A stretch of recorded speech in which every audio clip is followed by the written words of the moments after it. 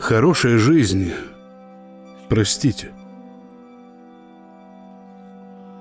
Хорошая жизнь — это быть хорошим членом семьи и иметь настоящих друзей.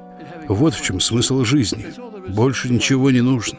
Те, кто считает себя лучше других или думает, что богатство дает им особые права, ошибаются. Богатство и статус — это лишь временные атрибуты, которые не забрать с собой.